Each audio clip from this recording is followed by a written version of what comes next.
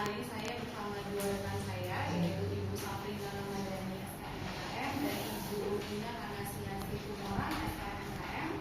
Nah, kita dari instansi Institut Kesehatan Polteknia gitu. Nah, dan untuk saat ini alhamdulillah saya diberikan amanah selaku Ketua Program Studi untuk kemudian hari ini kita ada agenda sosialisasi K3 yang diisi oleh ibu-ibu dari Institut Kesehatan Polteknia. Nanti beberapa berarti kan ada salah satu eliminasi gitu ya Pak. Namanya kabel listrik itu kan panjang 6 meter, kalau yang terbuka itu hanya sedikit kan nggak mungkin langsung dieliminasi. Nah, kita melakukan yang namanya isolasi untuk menutupi kabel yang terbuka itu tadi supaya tidak ada arus listrik ataupun supaya tidak ada pekerja yang pada saat bekerja tersentuh daripada aliran arus listrik. Jadi itu dimaksud dengan rekayasa. Sama kayak yang tadi sudah saya jelaskan, kalau misalnya ada perusahaan yang secara operasional dan mungkin di area padat penduduk, bisnis yang namanya perusahaan pasti menimbulkan suara bising. Nah, yang namanya suara bising itu kan pasti menimbulkan gangguan nih kepada warga yang ada di sekitar. Nah, tapi kalau bukan rekayasa engineer atau isolasi dengan cara apa untuk meredam bising tadi? Ditanamilah pohon bambu di sekitar area kolam.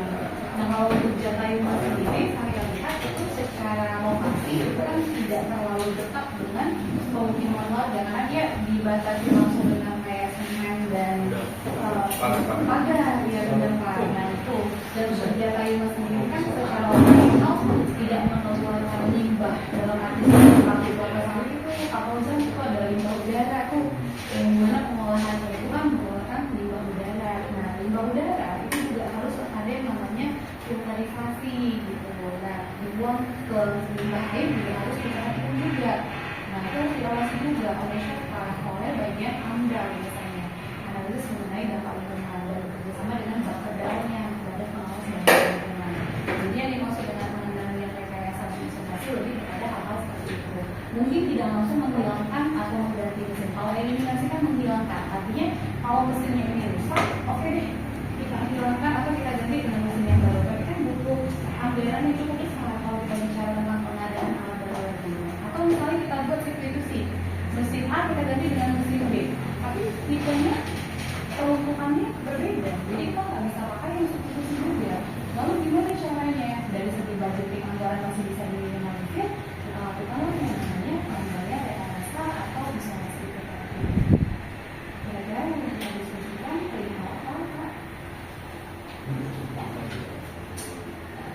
Tapi alhamdulillah sih bagus ya Pak Habib, Pak Arif. Tadi masukkan dan Bapak dan nomor siapa?